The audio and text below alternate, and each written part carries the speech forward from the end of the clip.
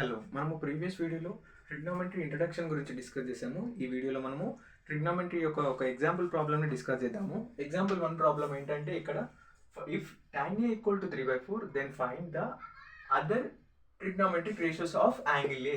ఇక్కడ వాళ్ళు tan A ఇచ్చారు 3/4 అని, ఇంకా మిగతా ట్రిగ్నోమెట్రీ రేషియోస్ని కనుక్కోమంటున్నారు. సో ముందు గివెన్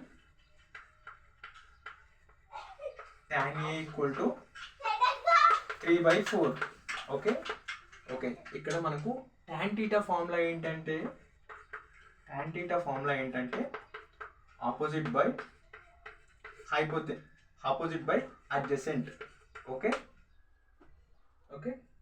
సో ఇక్కడ ఈ యొక్క రైట్ యాంగిల్ ట్రయాంగిల్లో ఆపోజిట్ సైడ్ ఇక్కడ. సో ఇక్కడ యాంగిల్ ఏకి ఆపోజిట్ ఏంటి? ఇక్కడ BC. సో ఇక్కడ 3K. యాంగిల్ ఏకి అడ్జసెంట్ ఇక్కడ AB. సో ఇక్కడ 4K. Okay, so tan A equal to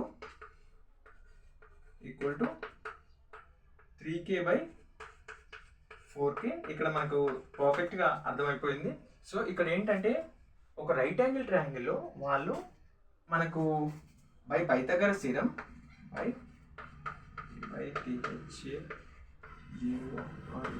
Pythagoras theorem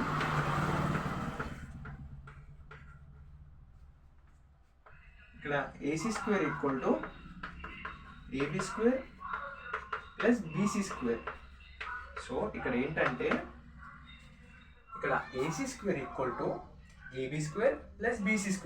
so ఇక్కడ AB² ఏంటంటే AC² equal to AB² 4K² plus BC² ఏంటంటే 3K². Okay, AC² equal to 4K² అంటే 4² 16K² plus 3² 9K². Okay, so AC² equal to 16 plus 9 25K². ఇక్కడ square ఉంది కాబట్టి స్క్వేర్ని right side పంపిస్తే AC equal to √25K². Okay, ఇక్కడ AC equal to 5K. So ఇక్కడ AC అంటే ఇక్కడ 5K. సో ఇప్పుడు మనకు హైపోథెనస్ వాల్యూ వచ్చింది. ఒక రైట్ యాంగిల్ ట్రయాంగిల్లో మనకు వాళ్ళు 2 సైడ్స్ ఇచ్చారు. tan A అని క్వశ్చన్ ఇచ్చి మన tan A వాల్యూ 3/4 అని ఇచ్చి మనకు ఆపోజిట్ వాల్యూ ఇచ్చారు, అడ్జసెంట్ వాల్యూ ఇచ్చారు. మనని హైపోథెనస్ కనుక్కోమన్నారు. మనం ఏ విధంగా చేసామంటే పైథాగరస్ థీరం నుంచి మనము 2 సైడ్స్ ఇచ్చారు, థర్డ్ సైడ్ మనం కనుక్కున్నాము. సో ఇప్పుడు మనకు హైపోథెనస్ వాల్యూ కూడా వచ్చింది. సో ఇప్పుడు వాళ్ళు ఇచ్చిన దాంట్లో మనకు ఒక హాఫ్ టాస్క్ అయిపోయింది. ఇప్పుడు మనము ట్రిగ్నోమెట్రిక్ మిగతా రేషియోలు కనుక్కుందాం. సో ఇక్కడ మిగతా రేషియోస్లో first sine A equal to opposite by hypotenuse. Opposite 3K/5K. So 3/5. Okay, cos A equal to adjacent by hypotenuse. So 4K/5K.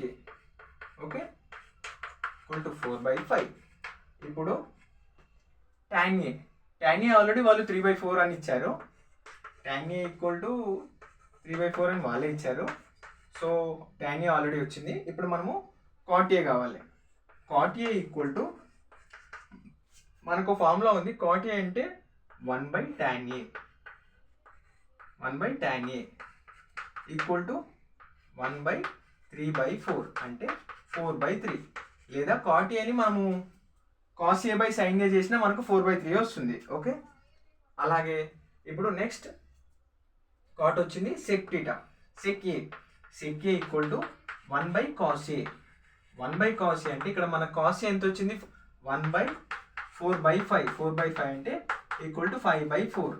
Okay, ఇక్కడ next cosec A equal to 1/sin A. 1/sin A equal to 1/sin A అంటే ఇక్కడ మనకు 3/5. 3/5 అంటే 5/3. Okay, మీకు ఏమైనా doubts ఉంటే comment చేయండి. మన ఛానల్ని లైక్ చేయండి, షేర్ చేయండి, సబ్స్క్రైబ్ చేయండి. Okay, thank you. ఏమైనా డౌట్స్ ఉంటే కామెంట్ చేయండి. ఓకే.